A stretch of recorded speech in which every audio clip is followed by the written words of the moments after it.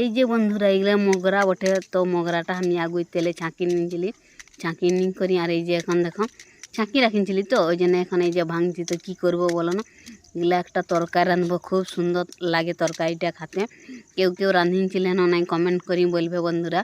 আর পুরা ভিডিওটা দেখো, দিলেই বুঝতে পারবে যে কেমন করে রাঁধছি আমি। তো দমেই সুন্দর লাগে রাঁধতে আর খাতেও। তো এই যে কড়াই আমি তেলটা দিয়ে নিলি, তেলটা দিন করি আর এই যে এখন টুকু গরম হতে দিচ্ছি। গরম হওয়ার পরে এই যে পেঁয়াজটা ছাড়ি নিলি, পেঁয়াজটা ছাড়ি নিয়ে টুকু লাড়িয়ে নিচ্ছি, লাড়িয়ে নিয়ে করে টুকু ভালো করে পেঁয়াজটা ভাজতে হবে। পেঁয়াজটা যে তেল ছিটকিছে, তো ওই জন্য টুকু হলুদটা দিয়ে নিলি, দিলে তেলটা ছিটকিও এখানে। তো এখানে যে মশলা পিসাটাও দিয়ে নিলি, আদা রসুন পিসি রাখিছিলি, তো ওটাও দিন করে এই যে লাড়িয়ে নিচ্ছি, দিন করে খুব সুন্দর করে কষে নিচ্ছি।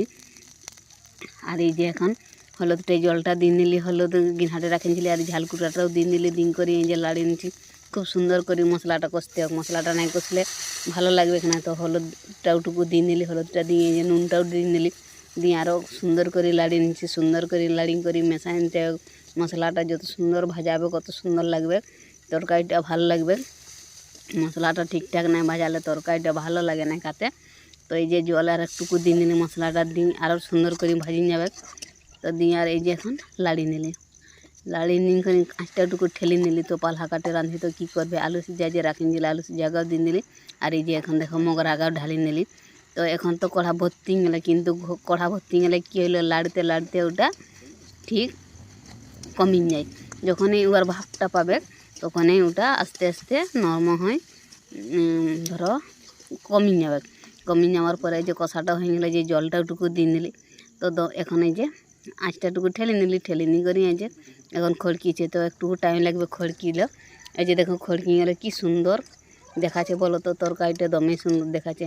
আর দমে সুন্দর সেঁট উঠছে, তোরা হয়তো সেঁটটা পাবে না, কিন্তু দেখতে তো পাচ্ছ যে কত সুন্দর দেখাচ্ছে।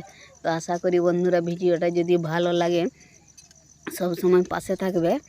আশা করি সকলে ভালো আছো, কোনো রকম আমিও ভালো আছি। তো দেখতে না তরকারিটা দমে সুন্দর হয়েছে, লদর বদর একবারে, কিন্তু খাতে না তরকারিটা দমে টেস্টি। তো এই যে আমার হয়ে গেল, এখন আমি নামকাই নিলি।